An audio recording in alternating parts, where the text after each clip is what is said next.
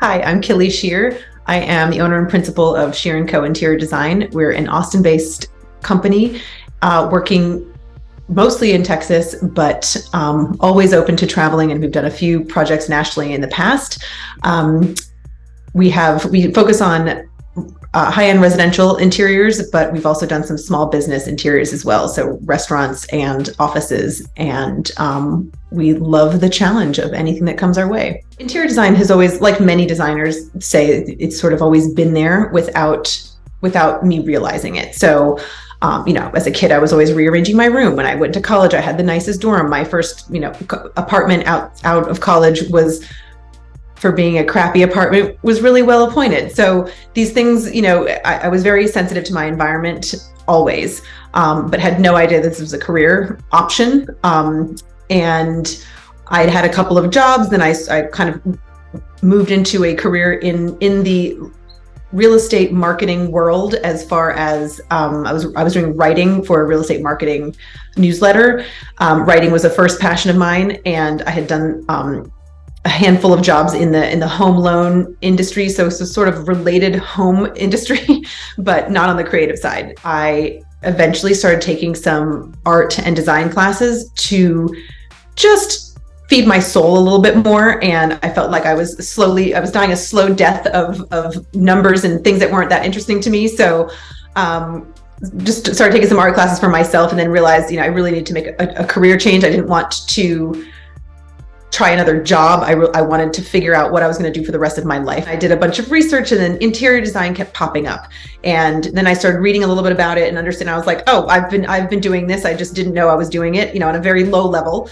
So then I started looking into it further, and then the classes I was taking turned into interior design classes. And eventually I put together a portfolio and went to Pratt Institute to get a master's degree in interior design. I'm from New York City originally. So I grew up in New York, went to the Fame school, the high school that was the movie Fame was based on. So have been doing performing arts and theater and all of these creative endeavors for my whole life.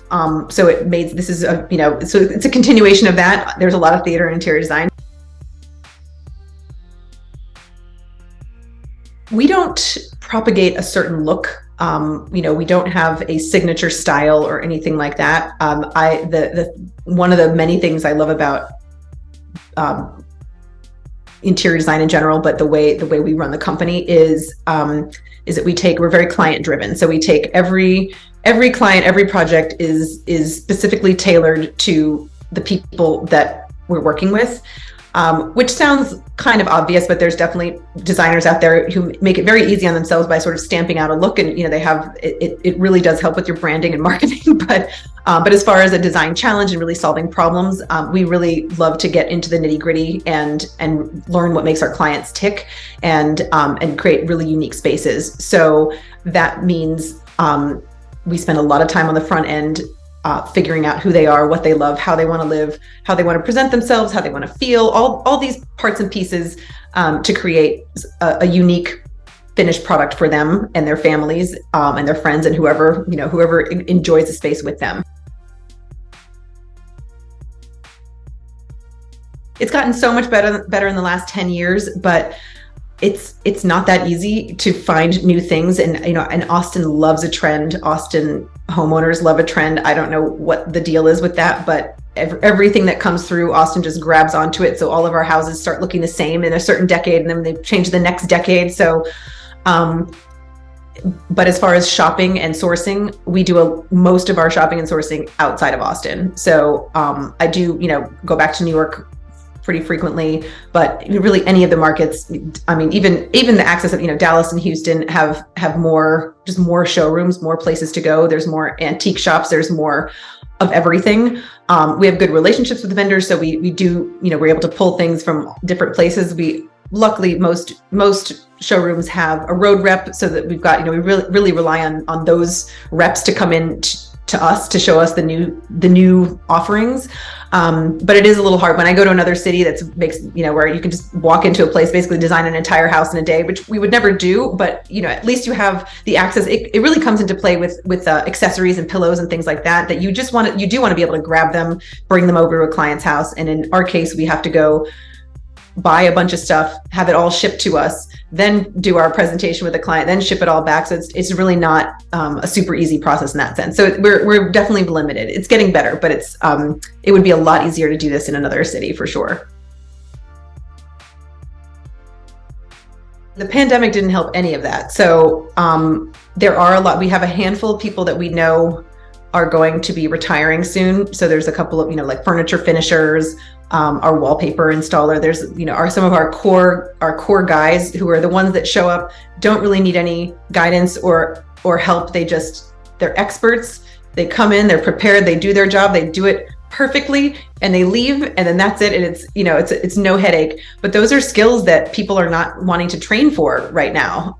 So that's going to be a tough one. And it's really, we have one installer that we use for wallpaper. I won't deviate from him until until he refuses to take my call. There's definitely an issue. There's the labor and artisans, people not necessarily wanting to apprentice and learn a skill that takes 10 years to work under someone else to really hone and learn the craft.